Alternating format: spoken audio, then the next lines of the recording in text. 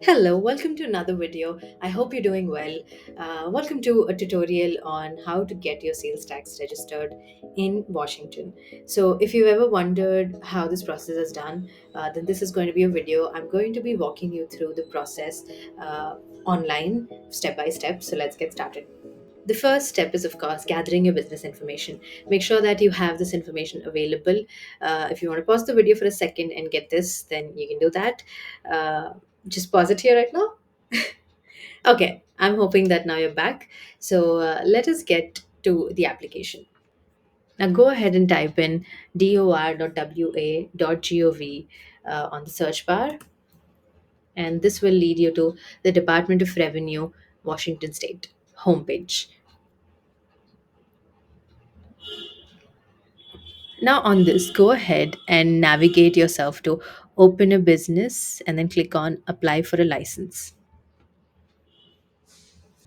Once you're on this page, you can read these registration requirements.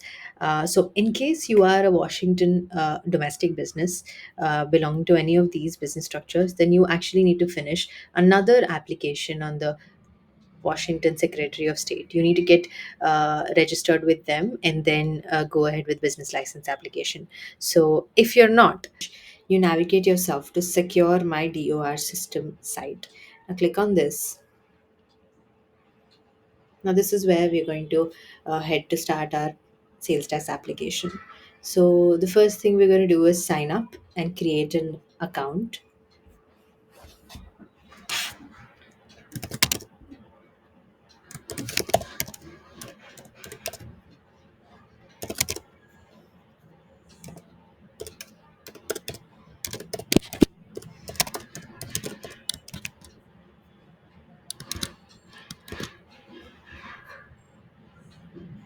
Okay.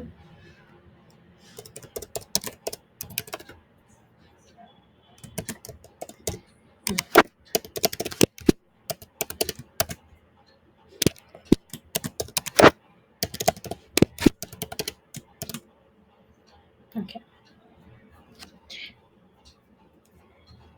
Now finish your security validation. Make sure that you saved your user ID and password so that you don't forget it.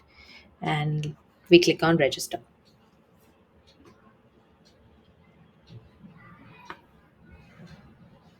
Now this is where you're going to receive an activation link or an activation code on the email that you just entered. Just enter it here and that will activate your user profile. Now our account is active. Let us go ahead and log in.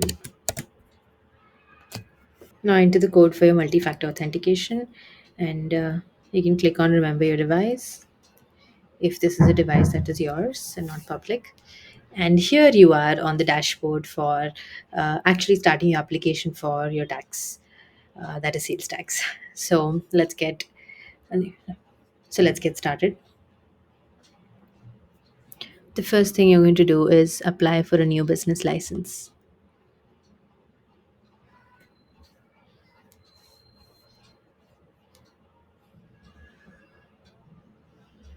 Okay, now this is your business application, uh, wherein you'll need to fill in details. So the first thing is we're going to add our profile information, phone number.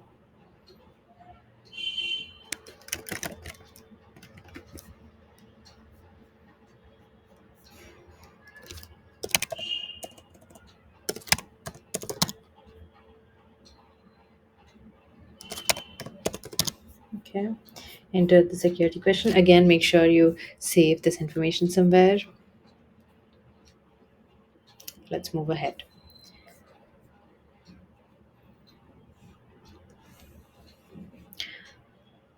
Now we come to the business section. First one is I want to enter the unified business identifier of the business I want to update. Second is I want to start a business in Washington State. Enter the UBI. If this business has been assigned a UBI, it is important to enter it. Okay, here's where you select your business structure. Now, this business was formed or incorporated in Washington state or outside. This is where you're going to select where your business is. In case it's in Washington state, then the option above, I'm going to go ahead and select outside Washington because I'm considering a California based business for this application right now, and click on next. So, before filing, be prepared to address the following. First, general business information, including physical location, business activities, and estimated gross revenues. Then, SSN, individual taxpayer ID, and date of birth of all owners. Good for us. We actually did write down all of these details. So, let's go ahead. Cool. Now, I know I've been saying this so many times that we are starting, but yeah, this is a long process. Washington's process is slightly longer, but now we're going to properly actually fill in the application for your business license. Now, this is the section one where you're going to enter uh, about your business, the purpose, first one. So, select state of formation. Go ahead and select your respective state of formation, year of formation, and then entering a FEIN number. Will you have employees working in Washington state within 90 days? In case for your business this is a yes, then go ahead and select yes, otherwise no. Now, another question is, will you be selling lottery tickets? So, again, based on your business activities, if you think this is relevant for you, go ahead and select yes, otherwise no. Now, some agencies can provide language assistant. Would you like language assistance? If available, okay, if you need it, you can go ahead and select yes. I'm gonna click next. So this is the part where you're going to provide information about your owners, responsible officers. So let's get started. Now this could be an individual or a business.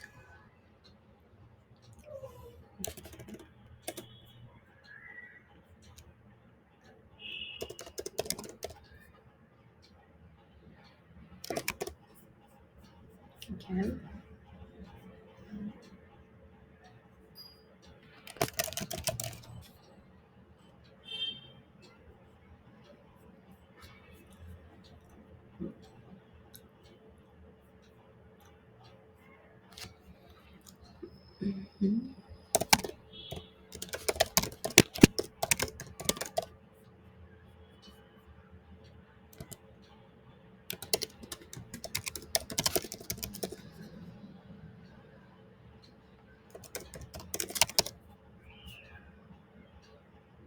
Go ahead and add a zip code.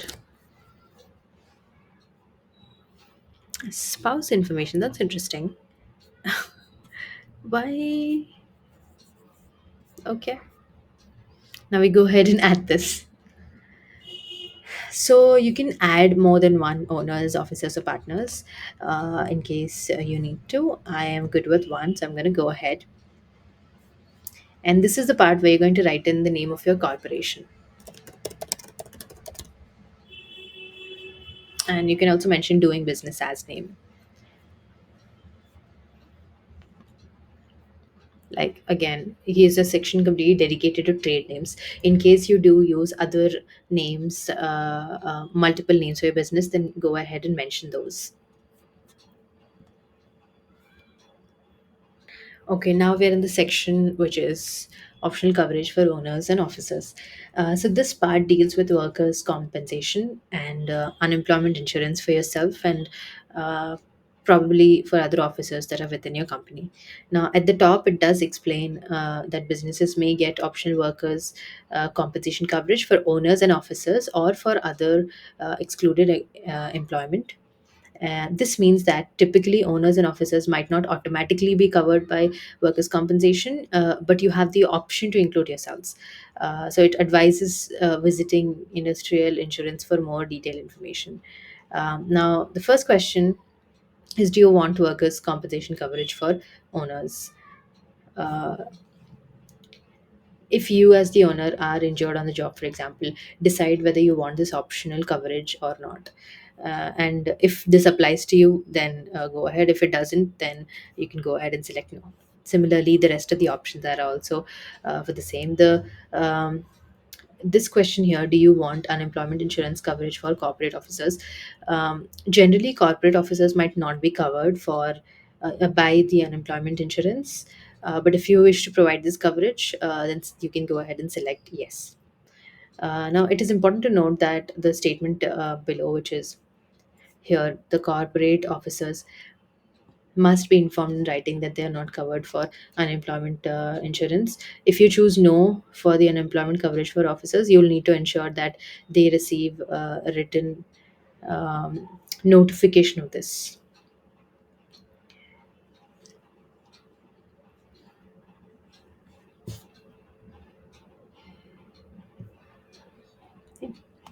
So, carefully consider your needs and the needs of other corporate officers, and answer these questions as per your business. And once you're done, we go ahead to the next section, wherein we'll add in our business address.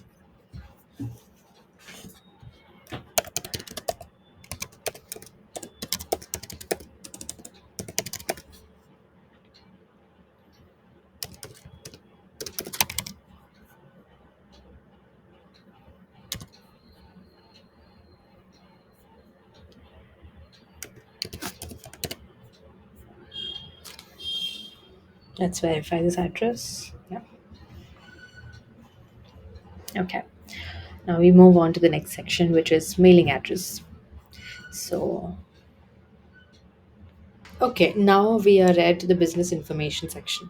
Um, this part basically asks you about details on your business operations. The first thing is first date of business. And it says out of state businesses should use the first date of operation in WA, which is Washington. Now, this is a required field. If your business is located within Washington state, then enter the date that you officially started operating. But in case if your business is based outside of Washington state, then you will be entering the date that you first began conducting business activities within Washington state. Now, let's go ahead. Uh, okay, that's the date that I'm going with. And the next field is estimate gross annual income in Washington. Now, this asks for your best estimate or an approximate estimate. So this is important piece of information for licensing purposes. So go ahead and select the one that suits your business. If you don't know this estimate, then you can check with your accounting expert for details on this as well. Let's move on. Okay. Now this section appears because the business start date that I entered is in the past. Now it highlights potential prior tax obligations and the possibilities of qualifying for relief programs. So I can carefully read each statement and check all that applies for my business. First option, this business has never been registered as a business or paid taxes with the Washington State Department of Revenue. Now, check this box in case yours is a genuinely new registration. Now, the next one is this business and any related entities have never been contacted by the department for enforcement purposes. Now, check this if you've had no compliance issues. We're going to check that too because we haven't. Now, the next one is this business has not engaged in evasion or misrepresentation and tax reporting liabilities. Check if your past tax dealings have been honest. I have not had any taxes in the past, so there was no, choice of this. So I'm gonna skip that. Has this business collected Washington retail tax or use tax? No, not yet. Now here is the certification that you're gonna give, and we move ahead. Okay. Now this part you will put in the business contact.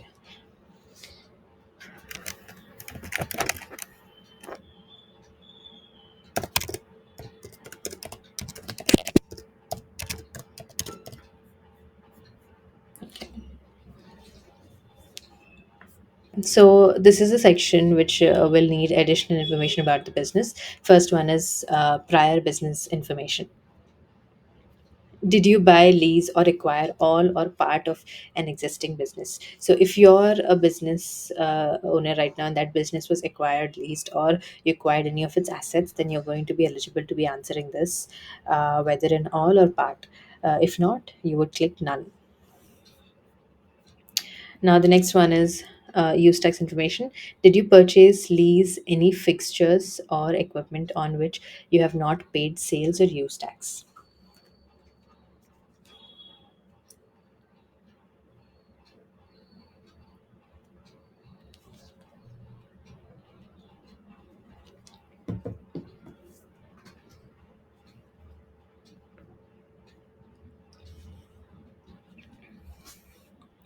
Okay. So if you acquired business name, okay. Now, if you acquired any business assets without paying the required sales or use tax, then you will go ahead and answer yes. Otherwise, no. Now, moving to business affiliations. Is this business owned by, controlled by, or affiliated with any other business entity?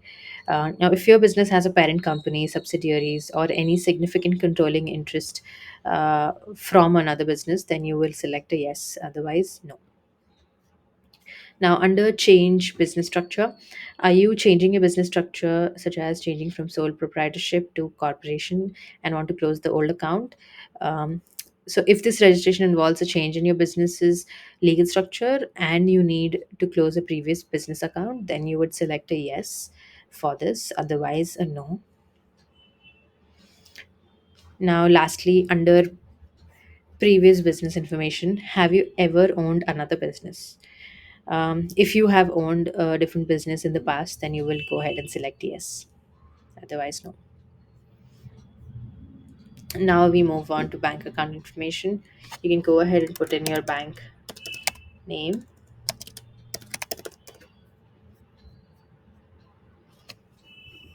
Cool, let's move ahead. Okay, this city and county section asks about where in Washington you'll be conducting your business. Now, the first question is straightforward. Will you do business in city limits of any city in Washington? If your business operates within the boundaries of any incorporated city in the state, then you will answer it as yes. Now, I have selected no because I am not really doing any business activity as such because I am a remote seller. So, hence, I'm going ahead with the option no for myself. Will you do business in any of it? Now, the next question asks, will you do business in any of the unincorporated county areas below? Um, Now, either of these lists, if your business does operate in any of these county limits, then you'll be going ahead and selecting a yes. Otherwise, no. So let's move ahead after this. And this is the part where you're going to be giving information about your primary business activity. So let us go and select it on this search bar. Minus publishing, software publishing. So I'm selecting that and let's go ahead. So indicate the business activities in Washington. Check all that apply. Now, out of these services, retail, wholesale, manufacturing, which of these are in your business activities? Go ahead and click all of them. Okay. So mine is retail. Do you need to add additional information about the business activity? Let's just see yes. What if okay?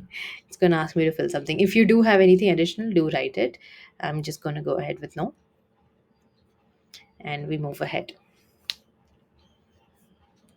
Now, this is information about contractors.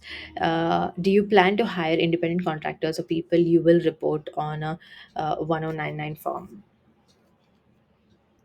If your business intends to engage independent contractors who will receive a 1099 form for tax purposes, then you can go ahead and select yes.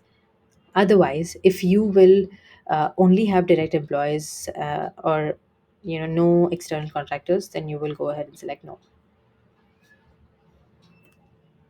So we come to the endorsement section. Now, the question is, do you want to view the complete list of endorsements.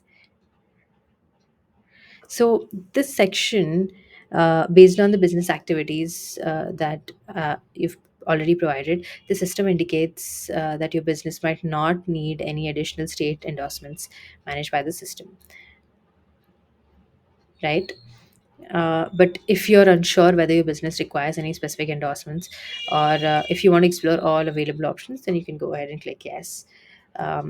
This will basically show you a full list of potential endorsements that you might need based on your industry or specific services.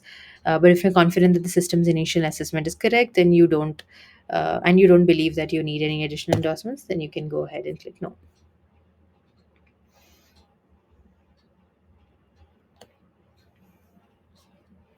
We move on to the last section, which is section 5. So this is the page of the payment.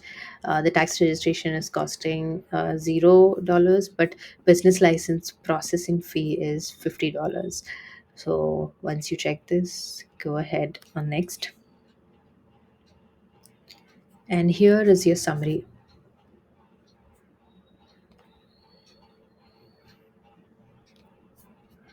Now you need to decide how you're going to pay this. You can pay this via bank account, ACH, debit. This option allows you to pay directly from your bank account using your routing number and accounting number. It is described as free and easy here, uh, because you don't need to pay it right now, but it automatically gets deducted later. Or you can choose a credit or debit card as well. Now, once you select your payment method, move ahead